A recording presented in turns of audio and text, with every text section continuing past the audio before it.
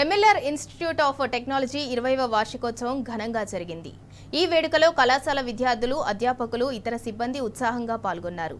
MLR institute 2005లో స్థాపించబడిందని, 2015లో UGC ద్వారా స్వయం ప్రతిపత్తి హోదా పొందిందని వ్యవస్థాపక కార్యదర్శి ఎమ్మెల్యే మర్రి రాజశేఖర్ రెడ్డి చెప్పారు. అర్హత కలిగిన విద్యార్థులకు 90% ప్లేస్మెంట్ రికార్డును సాధించిందని తెలిపారు.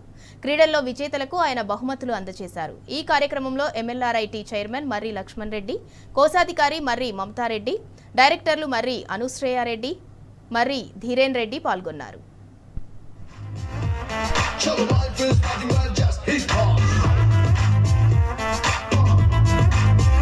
धड़क धड़क ढोल ताश धड़क धड़क भंडारा